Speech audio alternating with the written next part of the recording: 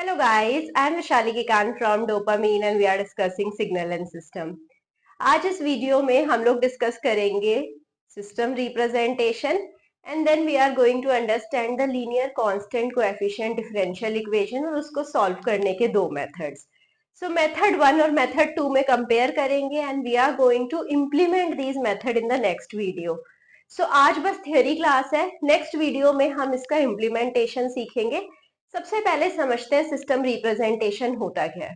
सो नाम से पता लग रहा है कि हम कोई भी जो हमारे पास सिस्टम है उसको रिप्रेजेंट कर रहे हैं.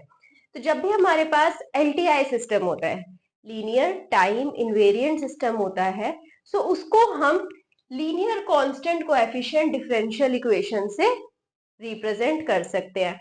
अब linear constant coefficient differential equations होती क्या है, लेट्स अंडरस्टैंड दिस.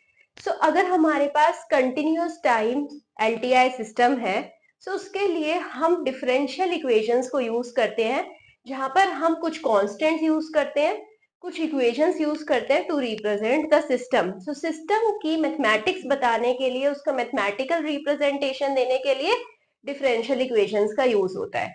अब ये linear constant coefficient differential equation क्या है, इसे हम रिप्रेजेंट करते हैं with this equation summation k is equal to 0 to n ak dk y t by dt power k is equal to summation k is equal to 0 to m bk d power k xt by dt power k.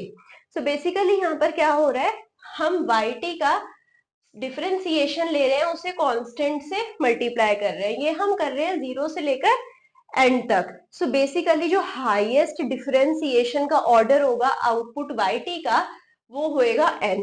So n ही होगा हमारी जो equation है, system है, उसके mathematical representation का order. सो n है ये highest differentiation value of yt, ये है हमारा ऑर्डर. ये ak और bk क्या है, हमारे रियल कांस्टेंट्स हैं, इनकी हेल्प से हम सिस्टम को रिप्रेजेंट करते हैं. यहाँ पर हम xt जो इनपुट है उसको भी हम डिफरेंशियल इक्वेशन की तरह से रिप्रेजेंट करते हैं. सो बेसिकली हमने इनपुट और आउटपुट yt और xt दोनों को हमने डिफरेंशियल इक्वेशन की फॉर्म में बनाया, राइट. उनको किसी कांस्टेंट्स ak और bk से रिलेट करा, इस तरह से हमने सिस्टम को रिप्रेजेंट करा. सो जब भी हमारे पास एलटीआई सिस्टम होते हैं, जो भी हमारे इनपुट और आउटपुट है वो हमारे बहुत सारे सिस्टम्स के लिए, लाइक हमारे इलेक्ट्रिकल, मैकेनिकल, केमिकल, बायोलॉजिकल, इन सब टाइप के सिस्टम्स को रिप्रेजेंट करने के लिए यूज होते हैं. So this equation basically is the mathematical representation of electrical, mechanical, chemical, biological system surrounding to us. तो आप जितने भी सिस्टम देखें, अगर वो एलटीआई है तो ये इक्वेशन उसे रिप्रेजेंट कर देगी. अगर हमारे को इसका जनरल सॉल्यूशन फाइंड आउट करना हो तो हम जनरल सॉल्यूशन इस इक्वेशन का, क्योंकि हमें आउटपुट से मतलब है, सॉल्यूशन क्या देगा हमें, इस इक्वेशन का सॉल्यूशन देगा yt आउटपुट. अब जो जनरल सॉल्यूशन होता है उसे हम summation of particular solution and homogeneous solution लिखते हैं. सो yt is ypt plus yht. अब इसी डिस्क्रीट एलटीआई सिस्टम के लिए इसी इक्वेशन को हम कैसे लिखेंगे, अगर हमें डिफरेंशियल इक्वेशन को डिस्क्रीट एलटीआई सिस्टम के लिए रिप्रेजेंट करना हो तो यहाँ पर summation k is equal to 0 to n ak लेंगे, यहाँ पर y of n minus k हो जाएगा, राइट. डिफरेंशिएशन के जगह यहाँ पर n माइनस k हो जाएगा और यहाँ पर भी summation k is equal to 0 to m bk x n minus k हो जाएगा. So this is a difference between continuous and discrete LTI system differential equations. ये difference equation है, यहाँ पर continuous के केस में differential equation आ जाएगी. Now coming to the solution. Basically हमें क्या चाहिए, equation का solution चाहिए, किसी भी system का output चाहिए. So output निकालने के लिए हमारे पास दो method है, method 1 और method 2. अब जो method 1 है उसमें हम जो output है उसे represent करते हैं as ypt plus yht. Means particular solution and homogeneous solution का एडिशन. सो जो पर्टिकुलर सॉल्यूशन आ रहा है, होमोजेनस सॉल्यूशन आ रहा है, दोनों को ऐड कर देते हैं तो हमारे पास yt आता है. सो मेथड समझते हैं. पूरे मेथड में हम क्या क्या करते हैं, सबसे पहले हम होमोजेनस सॉल्यूशन निकालते हैं. होमोजेनस सॉल्यूशन के लिए जो भी डिफरेंशियल इक्वेशन है उसमें हम कंसीडर करते हैं कोई इनपुट नहीं दिया गया है, and for that we find out the homogenous solution, right. So xt को हम जीरो कंसीडर कर लेते हैं, इसके सारे डिफरेंशियल्स को भी जीरो कंसीडर कर लेते हैं, and then we find out the Y H T. और वाई एच टी जो फाइंड आउट करेंगे कुछ कॉन्स्टेंट्स की टर्म्स में फाइंड आउट करेंगे। सो लेट सपोज हमारे पास nth ऑर्डर है, तो हमारे पास n कॉन्स्टेंट आएंगे C1 C2 up to Cn। सो सबसे पहले हमने होमोजेनस सॉल्यूशन निकाला एंड देन उसे हमने कॉन्स्टेंट्स की हेल्प से रिप्रेजेंट करा। Then we are going to determine the particular solution. तो आपको जो भी इक्वेशन दी गई होगी उसके लिए कोई इनपुट दिया गया होगा, उस इनपुट के लिए, उस पर्टिकुलर इनपुट के लिए जो आप सॉल्यूशन निकालेंगे that will be your YPT। अब इसके लिए हम YPT के लिए हम K एस्टिमेट करेंगे। जो भी इनपुट है उसे K टाइम्स लेंगे। सो बेसिकली LTI सिस्टम है। सो YT क्या होना चाहिए? K times XT, right. So इस K को हम फाइंड आउट करेंगे। इस कंडीशन को लेकर हमें xt गिवन होगा, k टाइम xt लेंगे, इसको हम इक्वेशन में डालेंगे और हम पर्टिकुलर सॉल्यूशन फाइंड आउट करेंगे। जब हमारे पास ये इनपुट है और इस इनपुट के लिए हम पर्टिकुलर सॉल्यूशन निकाल रहे हैं तो हमारे को k इवेल्युएट करना पड़ेगा, राइट।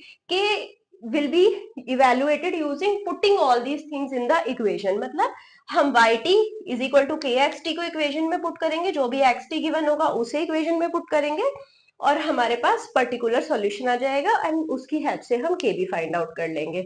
अब यहाँ पर कंडीशन रहेगी t is greater than equal to 1 and जब हम k निकालेंगे हमें ये देखना है कि k उस सिस्टम की पूरी इक्वेशन को सेटिस्फाई करता है या नहीं है। टोटल रिस्पॉन्स को लिखेंगे YPT प्लस YHT। अब बेसिकली हमारे पास YPT तो आ गया, k भी आ गया, बट हमारे पास अभी कॉन्स्टेंट्स नहीं है।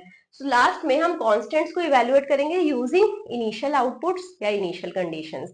कुछ इनिशियल आउटपुट या इनिशियल कंडीशन आपको क्वेश्चन में ही दिए जाएंगे, उन्हीं को ही आपको यूज करना है और आपको कॉन्स्टेंट्स निकालने हैं। तो जब आपके पास कॉन्स्टेंट आ गए तो आप होमोजीनस सॉल्यूशन के कांस्टेंट जो मैथमेटिकल वैल्यूज आ रही है उसको रिप्लेस कर देंगे एंड आप फाइनली इक्वेशन को लिखेंगे YPT plus YHT S YT। तो this was the method 1। Method 2 में क्या करते हैं, हम जो आउटपुट है उसे जीरो इनपुट आउटपुट और जीरो स्टेट आउटपुट के समेशन की फॉर्म में लिखते हैं। So basically YT is zero input YT plus zero state YT and in दोनों का समेशन हो जाता है हमारा YT। सो सबसे पहले हम होमोजीनस सॉल्यूशन फाइंड आउट करेंगे और उसके साथ ही कांस्टेंट्स फाइंड आउट करेंगे C1 C2 up to Cn। यहाँ पर हमने कांस्टेंट्स पहले ही फाइंड आउट कर लिए। YT होता है zero input output, so zero input Y plus zero state output, so zero state Y। So YT is YZIT plus YZST। Zero input output and zero state output का summation is my total output. ये हम method 2 में consider करते हैं। तो उसके लिए सबसे पहले अगेन हम होमोजेनियस सॉल्यूशन निकालेंगे again by considering the input to be zero.